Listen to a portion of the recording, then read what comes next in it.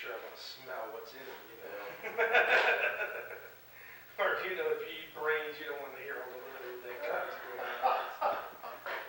Popping and all that. But that was the stomach. Remarks too much. That's Yeah. crazy. You tripped some people out that night. It's funny because there's a passage in the book, Zorba the Greek, where Zorba takes the... Ray, can you tell us a little bit about your non-mural painting? For example, this piece behind you. Yeah, well, this piece behind me is something that I guess I've been playing with for a few months. I have a series of like maybe 4 of them going. And I've just been, I guess, becoming really interested in other kinds of stuff besides representational images. Like I told you earlier, my work's a bit, or people have told me my work's a bit schizophrenic because I do, you know, work out on the street, and it's much different than the work I do at home. But I don't exhibit, or hardly ever. I'll do group show once in a while here and there, but I don't do any gallery stuff or anything like that. Most of my work either just gets put away at my parents' house, or I sell it to friends at incredibly reasonable prices. Most of the pieces you see around you are already sold, even though they're not finished.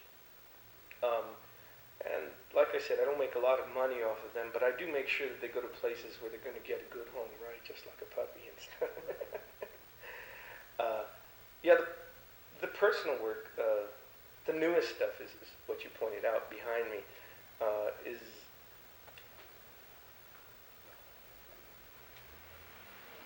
stuff that I start out with just the opposite of what I would start out a mural with. To clarify that, I would start a mural with a definite idea, and usually with a definite design. While the smaller pieces I do, the easel work, is usually started because I feel I want to paint, and I just do it. I'll start with drippings or lines or even pencils sometimes, or whatever I have in mind, and it's sometimes a long process. Sometimes I can do something that'll take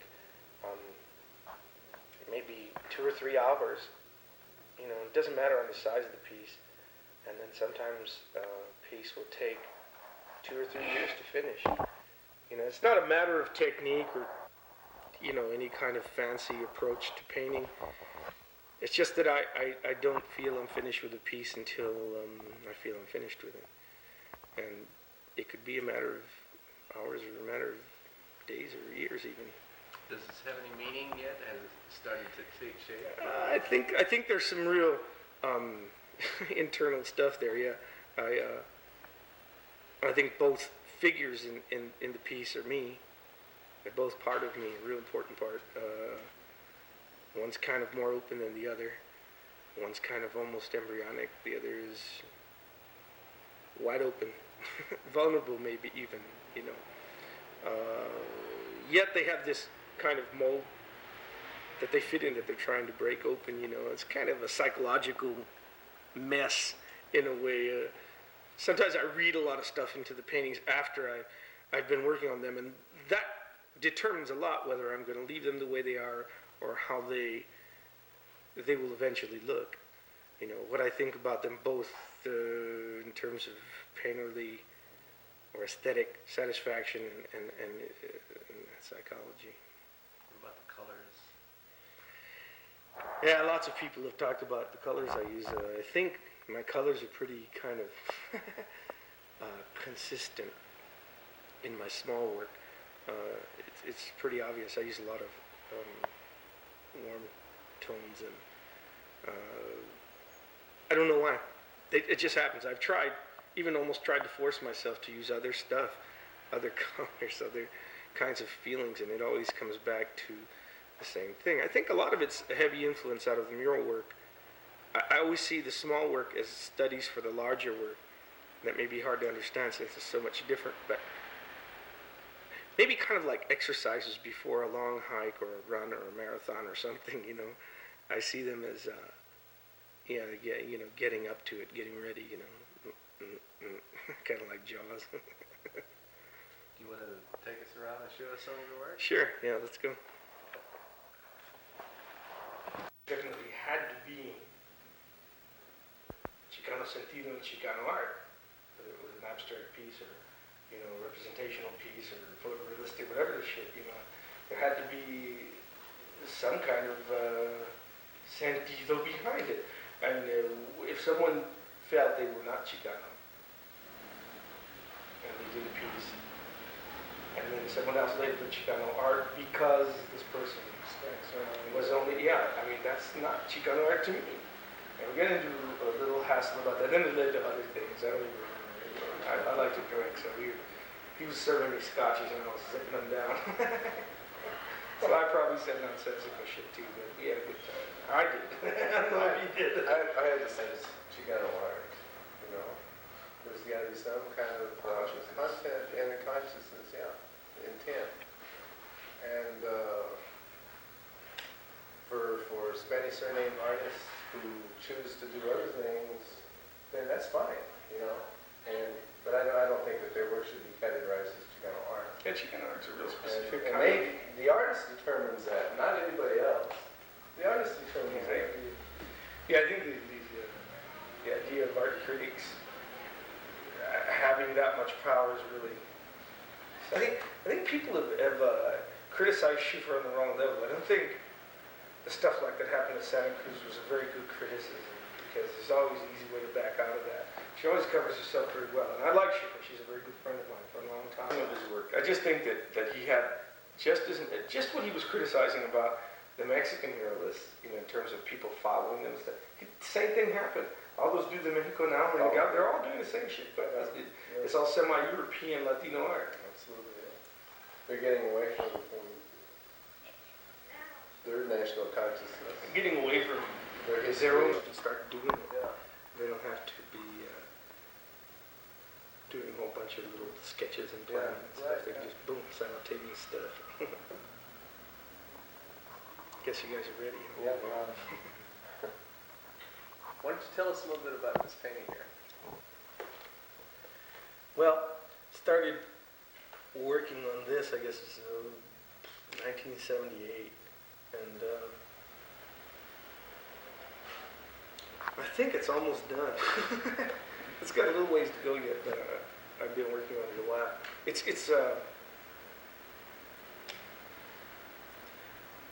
one of the maybe more representational pieces of all this stuff I do, easel painting.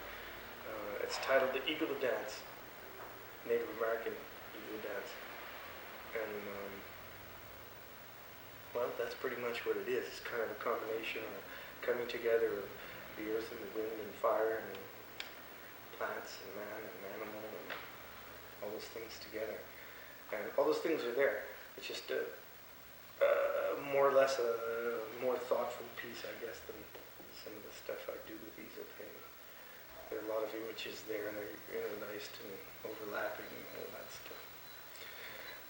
But it's still got a little ways to go, so Nice colors. I'm hoping I can finish it soon. How about this piece over there? The small piece is a cartoon or a model for the mural I did in Chicago recently. And I did a mural for the National Hispanic Businessmen Association's conference and the Miller Brewing Company. And they offered me a free trip back to Chicago to visit my friends and relatives. And at the same time, they were going to pay me to do a mural. At first I didn't think they were going to accept the sketch. But the guy who I was in contact with, their PR man, or whoever he is, was pretty receptive to the ideas, and so I did this thing in 8 by 10 feet, from an 8 by 8 piece. I added some stuff on it afterward. I was pretty happy with the result, And the piece is going to be contributed to a school here in Oakland, the National Hispanic University, which is kind of I believe it's something similar to a vocational school or something, and that's where it's supposed to go. You want to tell us a little bit about the images there? Yeah, sure. The centerpiece is a woman, and she's breaking out of these emerging forms that are coming out of almost everywhere and nowhere. It's the position of, or the new kind of attitude of woman in society. On one side, you see technology with a rocket ship and the Earth in the distance and the symbol of the black hole, time and space. And on the other side, mythology, technology and mythology, and that kind of contrast, right? And then on the other side, the workforce, right? The people who, laborers. The other side, the more kind of technological aspect of the workforce, and maybe white-collar workers and computers and stuff like that. And she's pretty much got a handle on both, right? She's using both of them, bringing all of these things together. The wild, or not wild, but the different forms that move in and out of the thing are a representation, in my mind, of like the future, and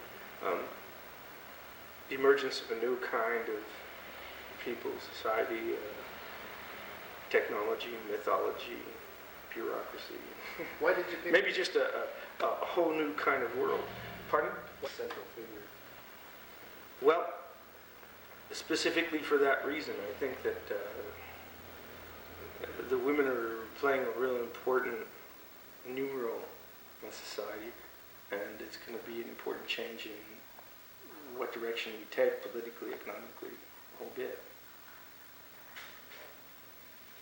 And they've taken a very strong stance, you know, and I think that's real important.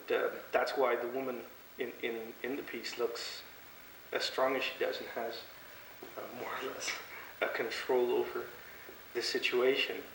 Yet, all those things affect her. It's real important to me to look at things from, you know, a lot of different angles, and I think the women's issues especially are real important to open up to. Is there any other work you want to show us over here? Well, yeah, how about the Huevos Rancheros series? That's something that I started here, which is a little bit maybe on a less serious vein, but I've done a lot of sketches and drawings on it, and that's the 3 drawings to your to the right of the large painting.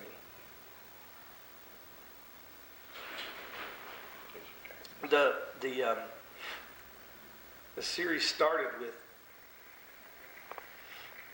I guess just a number of marks on a piece of paper, and then I began to take things and do rubbings, and took crayon and marker and tape, and just got into it.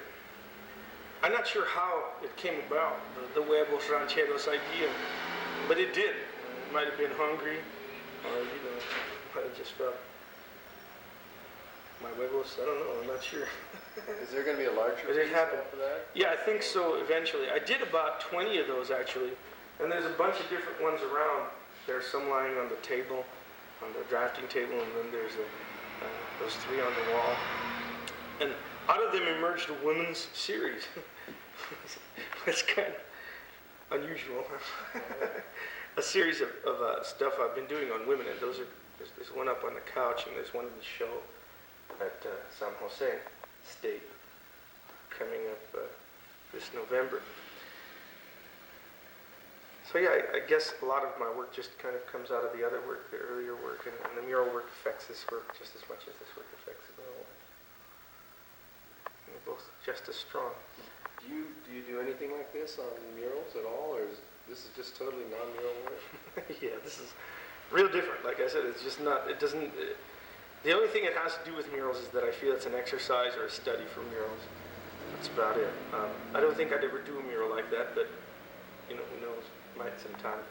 I just they're developing ideas, stuff that happens out of I don't know, not out of any real definition, and I like that about them too. Well, like I mentioned earlier, a lot of the smaller work is kind of emerges from itself. You don't really plan it, it just kind of happens.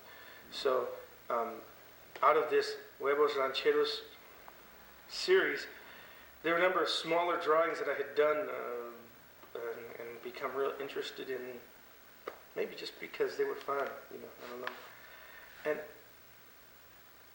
but then something a little more serious happened. I began to notice some images in them, and I began to pull them out, and this woman series emerged.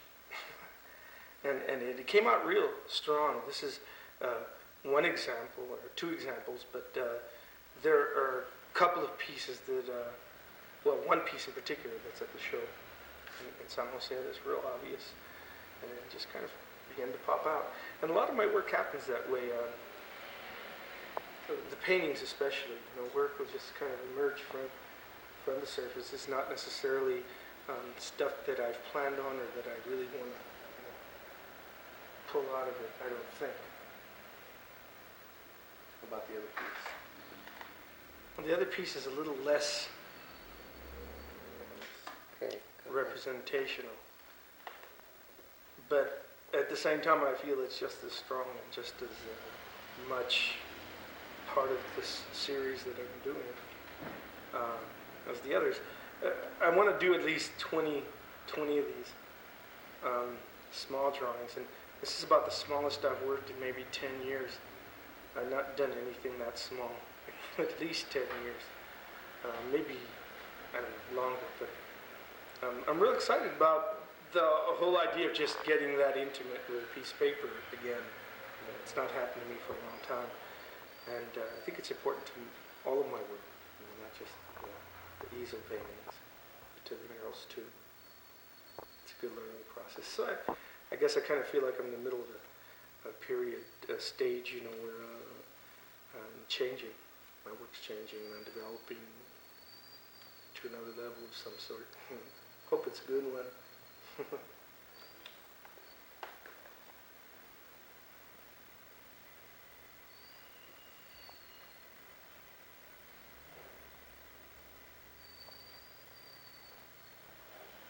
I was talking to an artist the other day, one of our famous local muralists, and this person said to me, well, I said, well, you do real good if you, I was talking about organizing some stuff, getting back into this community thing. This person told me, well, you know what? I paid my dues. I don't have to do that shit anymore. I'm going to paint now. I'm going to have fun and just do my own work. In some ways, it's a good attitude, in that, you got to feel free to be able to do it. But yeah, to just totally eliminate that rap, when that's what you came out of, that doesn't make sense to me at all. That really upset me, especially from this person, because they're a very vital part of this whole thing we're doing. So it was real upsetting for me. I said, damn, man. What are we doing? What's it all The right sure is flexing its muscles. It's getting that response right now. That's nice, Phil. That's beautiful. Wow. How do you get that about a roller? Yeah. There's different levels of roller, see? You can take like a roller with real thin with water and stuff and get this. And then you can put it a little thicker and get something like that. And yet it stands up, It looks white, but it's standing up. It starts standing up. So when you glaze over it, the shit lays, see this is real thick here. But when you glaze over it, that shit lays down underneath. And then when it's almost semi-dry and shit, you can wipe it with a cloth and the top comes off and the bottom stays dark, So it gives it kind of a glittery kind of intensity. It's kind of nice. It's fun to work with. I've just been playing with it. But I've been having fun with it. That's all I do with this stuff. I just kind of, practice. Like I said, Will all this blue show up in here? I don't know. I haven't decided yet. Use on work. Always on work. Not a big problem for me because I think your artists are really about change and they're thinking about change and stuff. People will accept it too. And times have changed and the dude, felt like my murals were obsolete or not, really necessary. And if I could, let him do it and let's go on with some other stuff. That's all right with me. It's not that important that my murals stay up forever. It's more important that they do something for the time they're up. And that's your philosophy on all your work then? Now, the small pieces, I don't think I want somebody to cover them up. You're covering. I guess I wouldn't get too excited about it, but I think they should stay like they are, and I, give them to people as long as they, be cool with them and stuff, and sell them to them, whatever. But the murals, it's public, it's supposed to be for people. It's like all the muralists went crazy with those copyrights and stuff. And that's necessary, in order to protect your work and all that stuff. But at the same time, I think, hey man, if your work's public, how can you tell people you can't take pictures of it? That don't make sense to me. Why can't you take pictures of something public? About other people making. I've never put a copyright on any of my work. Never? I never have. No. Don't make sense to me. How about this this work up here with the little boy with a helmet?